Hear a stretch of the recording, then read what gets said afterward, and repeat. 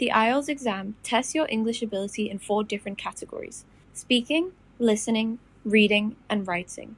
Firstly, the speaking test. It is held separately from the rest of your exams, and the time in which you complete this test depends on the location. The speaking test is solely to measure the fluency of your speech in English, and this is divided into a further 3 portions. The entire exam will be around 10 to 15 minutes, starting with a 5-minute portion in which you will converse with the examiner and introduce yourself and have some small talk. Any topics brought up by the examiners will not be too knowledge specific, as this is considered the easiest portion of the speaking exam. Next, you will be given a card with a topic question. For example, is fast food ruining people's diets? Below that topic question will be a few bullet points for you to expand on your answer. One may be, how is it ruining people's diets? Why it is ruining people's diets? And when did this start?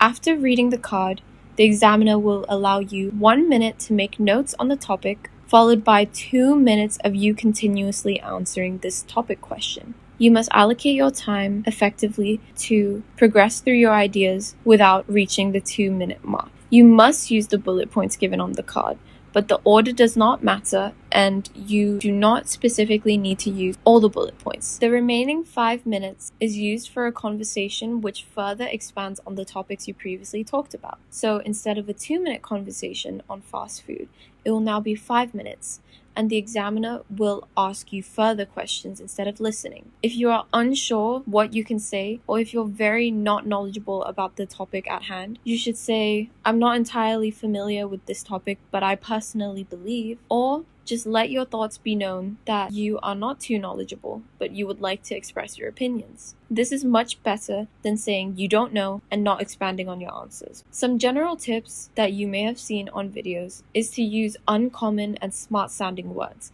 but this is untrue. The best advice is to speak how you would in English in an everyday conversation. Using complicated words which you might not know too well may end up making you have a lower score as you were unable to use it effectively. Another tip is to stay on topic. Don't try to over-explain. If the examiner asks you, what is your favorite animal? Do not say, oh, I love zebras, but I also love foxes. However, my brother thinks foxes are cooler, so I'm not sure. If I'm going with my brother's opinion, I may like foxes better than zebras.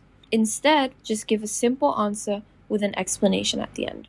For example, my favorite animals are foxes. I saw them in a nature documentary once when I was a kid, and I've fallen in love with them ever since.